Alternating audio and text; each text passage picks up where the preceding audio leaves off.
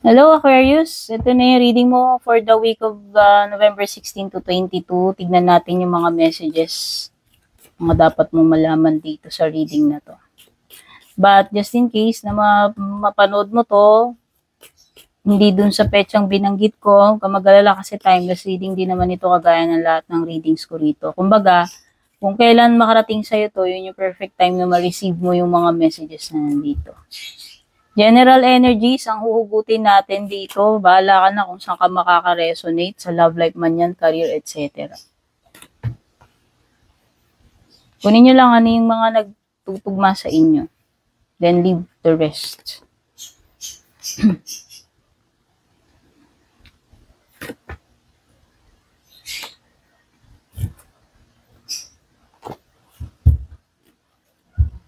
Meron kang hammock, desk, hand, boat, at saka lobster.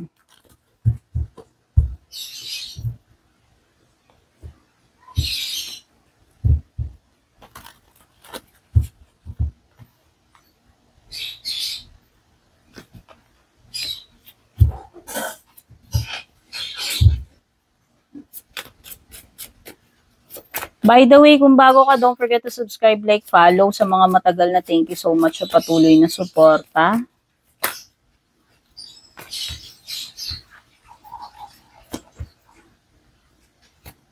Thank you sa mga nagpapadala ng stars. Super thanks. Nag-join na membership subscription. Private reading, dumiretso ka dun sa official page ko. Purple tin may blue check. Pwedeng nakalagay dyan sa description, hanapin mo yung link dyan. Remember, marami pong impostor na gumagaya sa akin. Palatandaan, hindi po ako magpapadala ng friend request or any message sa inyo na nag-o-offer ng kung ano-ano, nangihingi ng kung ano-ano. Pagka ganun, yun yung mga fake. Kayo po mismo mag-PM sa akin kung balak nyo mag-book. Shoutout pala sa'yo, Miss Mel Garcia Valera. Siya yung nagpadala ng stars nung last na live ko. Okay. So, Emperor, Aries energy. Yes. Tapos, meron ka ritong Taurus or Libra energy. Pero, pwede ring may iba pang air signs dito or fire. Aside from, Libra, Aries, Taurus. So, hammock is taking a break, a vacation. Whether itong pagte-take a break mo ay physically or mentally daw, Aquarius, siguro. Kakailanganin mo mag-slow down, mag-lie low, magpahinga, mag-take a break itong week na ito. Baka yung iba sa inyo, baka naka-leave kayo. Baka meron kayong lamierda, outing, or pwede rin namang hindi naman talaga, kahit hindi ka umalis, like unwind ka lang, pahinga ka lang sa bahay, recharge your batteries, no? Cozy, yan. Basta meron ditong taking a break. Whether ito ay sa pagtatrabaho or taking a break, like parang pahinga muna kayo sa isa't isa ng person mo, or pahinga muna sa mga stress, hindi ko alam. No?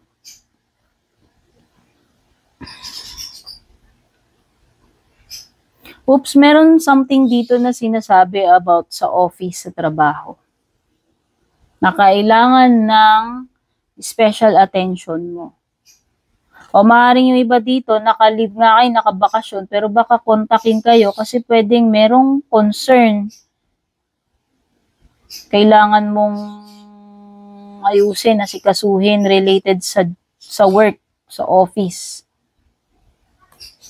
Something about email, letters, mga, documents, mga pipirmahan, something related doon. May mga bagay ka na kailangan bigyan mo ng special attention, tutukan mo pagdating dito sa trabaho, sa ginagawa mo, Aquarius. Whether ito ay work-related or hindi. No? Hand is, meron bang someone na magre-reach out sa'yo? Pwedeng yun. Either ikaw may mag-reach out sa'yo or ikaw mismo yung mag-reach out to someone. Kasi parang meron ditong nangangailangan ng tulong mo. Itong tulong na to, pwedeng financial, pwedeng material, emotional, kung ano man ang pangangailangan nitong person na to. Kasi maaaring ikaw to or ikaw yung nangangailangan or ikaw yung makakapagbigay niyan. It could be help, assistance, guidance coming from a person. Okay? Tapos meron ditong money. Could be na may marireceive ka na pera. Itong pera na to is something na hindi related sa pinagtrabahuan mo eh. It could be money daw or property na galing sa inheritance, pagkapanalo, or windfall. So, baka siswertihin ka today. Baka, halimbawa, makapaldo ka ng pera ngayon, hindi ko alam. Or mabalatuan ka. Kasi, basta may money ka marireceive. Just because you got lucky, alam mo yun. Parang naka-jackpot ka, nakabuenas ka ngayong araw na to, whether pera yung pinag-uusapan yan or hindi. Alam mo yun. Lobster, may financial pinch dito, kaya hindi porke merong sinasabi dito na baka swerte ka sa pera, itaya mo nang itaya yung pera mo. Okay, so be careful din. Pagdating sa paggastos, maging aware ka. Kasi pwede ka rin magka-problema sa pera eh. Kaya siguro may kamay dito, baka mamaya, kung magipit ka, kapusin ka, whether ikaw yung kapusin dyan, or sabi ko nga, yung hand kasi is pwedeng ikaw yung mangangailangan, or pwedeng ikaw naman yung lalapitan. No? So, sa bottom ng deck mo is the Four of Cups. Wow.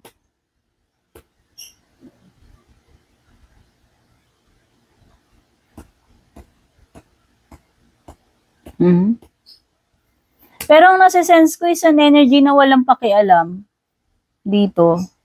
So, ayan na. Dito na tayo sa iba pang general messages.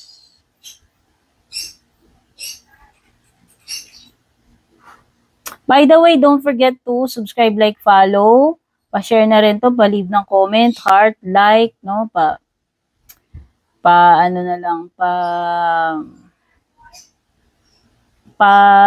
Paramdam na lang kayo dyan. Kasi it helps a lot. Yung inyong mga, yung mga hindi nag-skip ng ads, yung masisipag mag-share ng mga readings natin. Shoutout nga pala to Miss Mel Garcia Valera, yung huling nagpadala ng star sa live ko. Meron ditong partners or mag-asawa, mother-father figure with the emperor tsaka empress. Kaya lang pareho silang baliktad. So it could be absent pareho itong mag-asawa na to tuwing kailangan ng anak nila. Ayan, actually, pwedeng may family dito, may tatay, may nanay, may anak.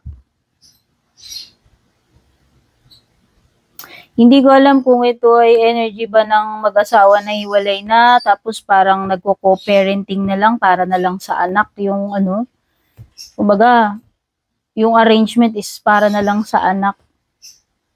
May nakikita ako ditong child na unhappy, pwedeng napapabayaan. May neglect ako na pwedeng irresponsible yung magulang netong irresponsible na magulang tong tatay, nanay na to, and kawawa yung bata kasi siya yung nagsasuffer. So, nakikita ko rin, pwedeng meron ditong something related sa child custody rin, or something na related sa paglilipat. Paglilipat ng tirahan. Kasi ito, may pag-alis or paglilipat dito.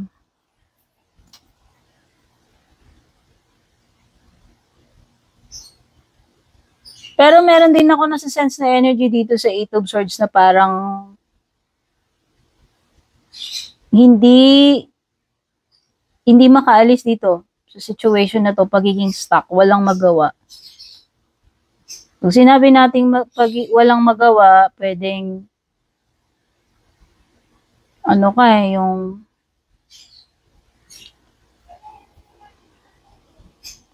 magtitiis ka na lang dun sa situation mo hanggang pwede ka nang umalis. Kasi nga, right now, parang wala ka magawa dun sa situation or kung sino man yan.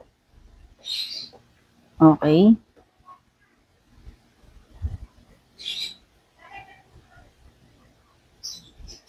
Oo, pagiging stuck eh.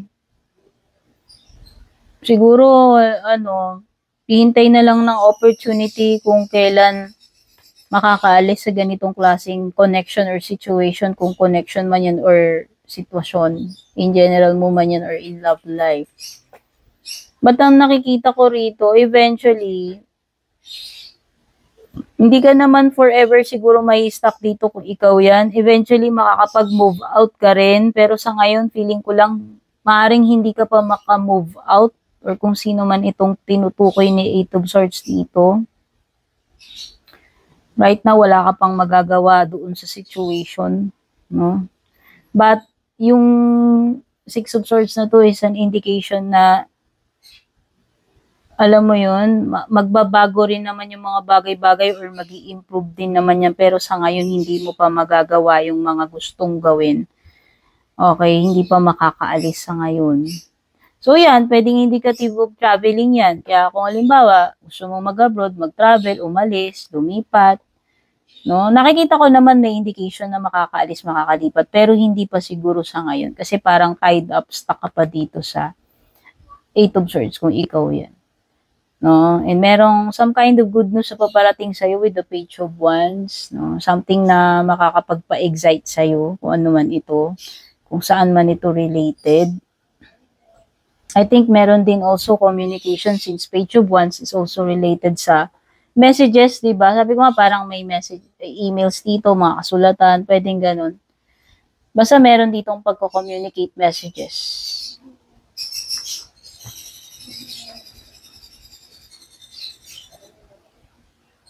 Merong someone dito na pwedeng itong emperor, pwedeng bully or abusive siya pagdating dun sa power niya, manipulative, controlling.